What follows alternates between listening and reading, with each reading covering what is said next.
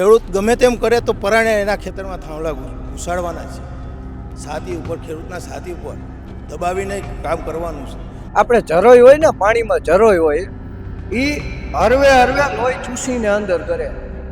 એવી રીતે આ સરકાર હે ને ખેડૂતોનું હરવે હરવે ચૂસીને અંદર કરે. તો કોઈ ટ્રાફિક કરવા કે દંગા પ્રસાદ કરવા કે એવું અમે આવ્યા નથી. એની તાનાશાહી તો જો, અમારું ખેતર તો અમારા પાસે હાથ બાર માગે છે. આ ઉદ્યોગપતિની સરકાર છે.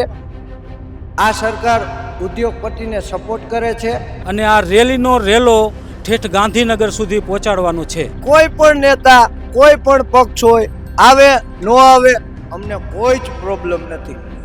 અમે ખેડૂતો આ સરકારને લાવી પણ શકીએ છીએ અને આ સરકારને પછાડી પણ શકીએ. ઉદ્યોગપતિને જ આગળ લાવો.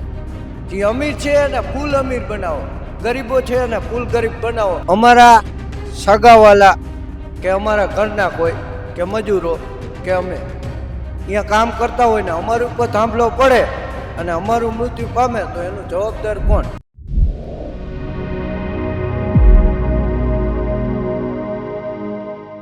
તો અહીંયા જે રેલી અત્યારે વિશ્રામ ઉપર છે, અહીંયા વિરમગામ હાઈવે પર, તો કાલ સવારની કેવી તૈયારી છે રેલી માટે? કાલ સવારે અમે અહીંયાથી કૂચ કરવાના છીએ ગાંધીનગર તરફ. હવે હજી અમારા અહીંયાથી ટ્રેક્ટરો આવે છે, અમુક ગામમાંથી ટ્રેક્ટરો બાકી છે, એ આવે છે અહીંયા. તે પછી અમે સવારનું આયોજન કરીશું, અહીંયાથી કેવી રીતે ના નીકળવું અને ત્યાં કેવી રીતના પ્રોગ્રામ કરવો. સરકારને શું માંગણી? સરકારની અમારી એક જ માંગણી છે, અમને યોગ્ય વળતર આપવામાં આવે. કેન્દ્ર સરકારની જે ગાઈડલાઈન છે, 1885નો કાયદો છે કે જંત્રીના 4 ગણા વળતર આપવામાં આવે, એ વળતર અમને આપવામાં આવે છે. એથી વિશેષ અમારી તો એક એ માંગ છે, મોરબી જિલ્લો રહ્યો ને, મોરબી જિલ્લાના આસપાસ એક રણ આવેલું છે, અહીંયા ટ્રાન્સફર કરી દે ને લાઈન, તો અમારે ખેડૂતોને કોઈ પ્રોબ્લેમ જ નથી. એનું કારણ હું તમને કહું કે હમણાં જે ઘટના બની વડોદરાના ભાવપુર ગામે, એક વીજપોલ થાંભલો પડ્યો, એમાં 3 શ્રમિકોના મોત થયા છે. હવે એનું જવાબદાર કોણ? જો અમે અમારા ખેતરમાં થાંભલા નાખવા દઈ, અમારા સગાવાલા કે અમારા ઘરના કોઈ કે મજૂરો કે અમે અહીંયા કામ કરતા હોય ને અમારી ઉપર થાંભલો પડે અને અમારું મૃત્યુ પામે તો એનું જવાબદાર કોણ? એટલે અમે સરકારને એવું કહેવા માંગીએ છીએ કે એક ખરાબો પડ્યો છે રણ આખું, તો અહીંયા ટ્રાન્સફર કરી દો ને, તમને શું વાંધો? પણ એ નહીં કરે. એનું કારણ હું તમને કહું, આ ઉદ્યોગપતિની સરકાર છે. આ સરકાર ઉદ્યોગપતિને સપોર્ટ કરે છે. આ લોકોએ એક આયોજન કર્યું છે, મોરબી જિલ્લાના ખેડૂતોને કેમ હાવ પછડી નાખવા. અને જે ખેતર અત્યારે અમારા છે ને, એ પોતે કેમ ખરીદી લેવાની, અમને કામે કેવી રીતે લગાડવા, એવું એક આયોજન કરેલ છે. એ હું તમને આયોજન કહું. આજે વીજ લાઈન આવી છે, બરોબર? વીજ લાઈન આવી એટલે અમારી કિંમત, જંત્રીની કિંમત પ્રમાણે અમારી જમીન લઈ લેશે, બરોબર? આવનારા સમયમાં હાઈવે આવશે, 3 થી 4 હાઈવે આવે, એમાં જંત્રીની કિંમત પ્રમાણે અમારી જમીનો લઈ લે, બરોબર?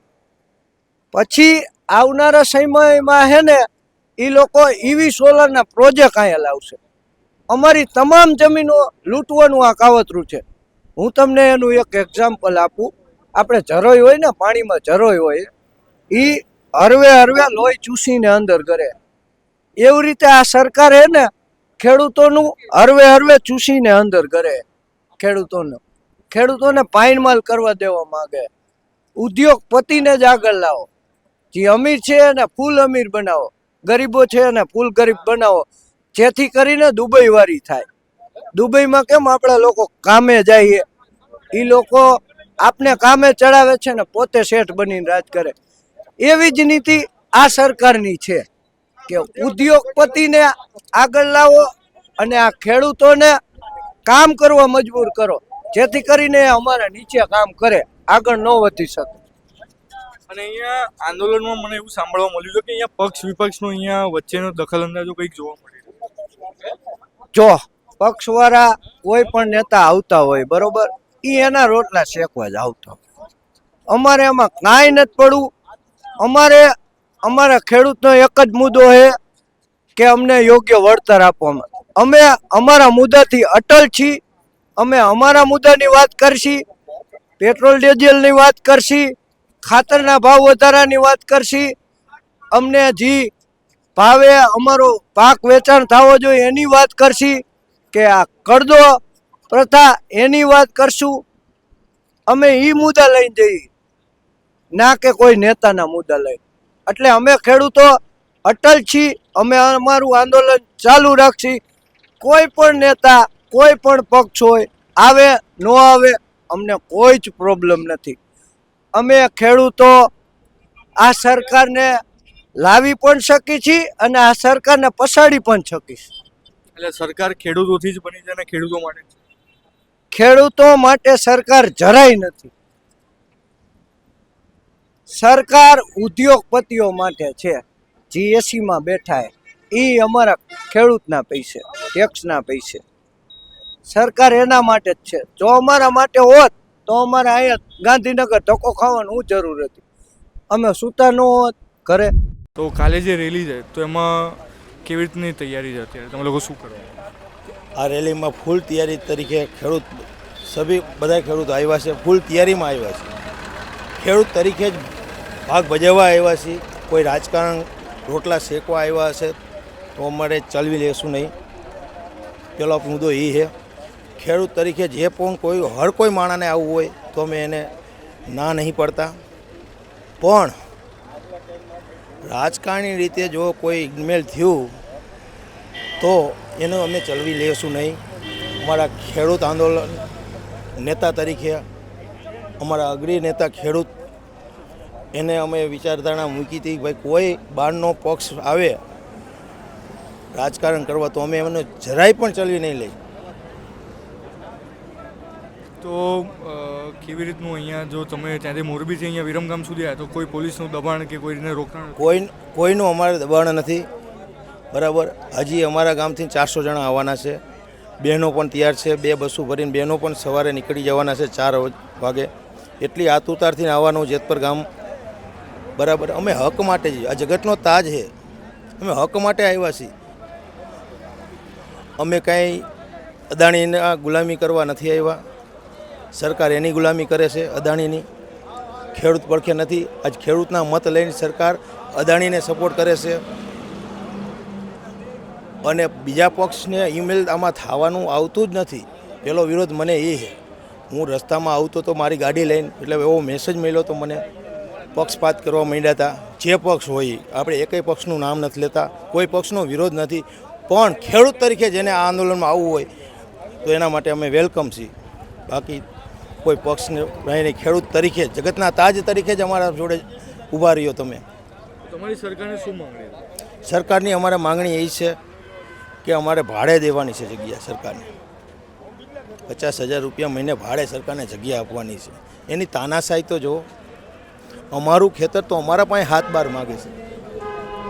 અમે એના પાસે કશું માગતા નથી. તમે ભાઈ ક્યાંથી આવ્યા છો, કેના કહેવાથી આવ્યા છો, એટલું જ કહી દે. કલેક્ટરનો હુકમ મુજબ અમે હાલી. પણ અમને કલેક્ટરે હુકમ બજાવ્યો, અમને અમારી કોઈ મંજૂરી વિના અમારા ખેતરમાં ગરી ગયા. કોઈ જાતની મંજૂરી નહીં. અમારા ખેતરની 25 લાખ કિંમત છે. એ આ તાર આવતા 5 લાખ ને 7 લાખ રૂપિયા વીઘાની કિંમત થઈ જશે. વેલ્યુ ઘટી જશે. તમે જેમ કે કીધું તો આ સરકાર શું અદાણીની ગુલામ થઈ ગઈ? હા, ગુલામ. અદાણી અને અંબાણીની ગુલામ થઈ જાય.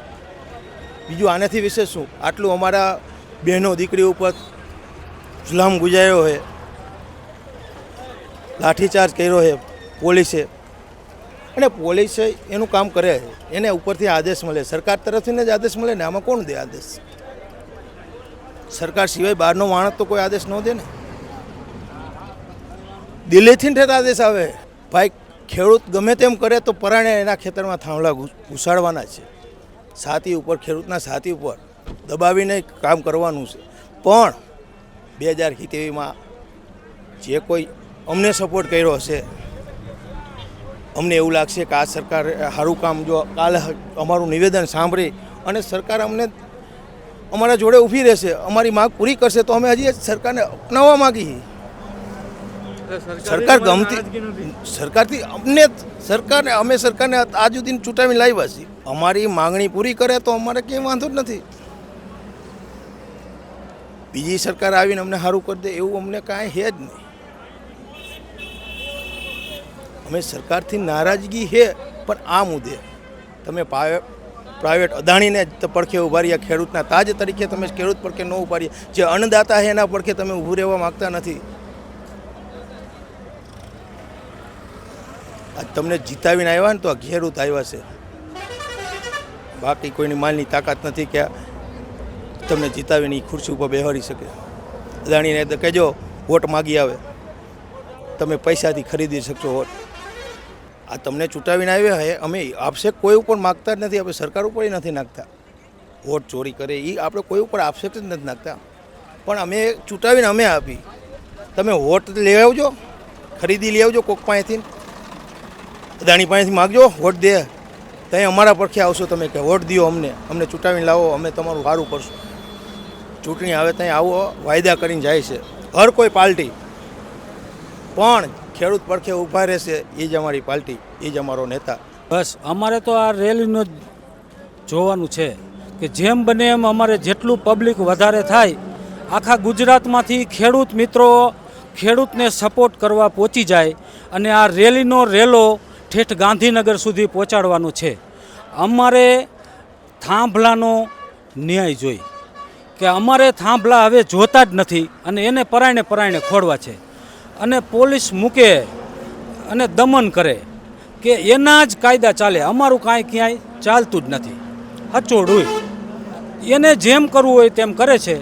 એટલે અમારે આ રિઝલ્ટ લેવા માટે અમે ગાંધીનગર કાલે જઈશું અને ત્યાં અમને શું સપોર્ટ મળે છે બસ એનો ઇંતજાર કરશું અમે. અને જોઈને તો લાગે છે કે એકદમ જોરદાર આક્રોશથી તમે લોકો રેલી કાઢવાના.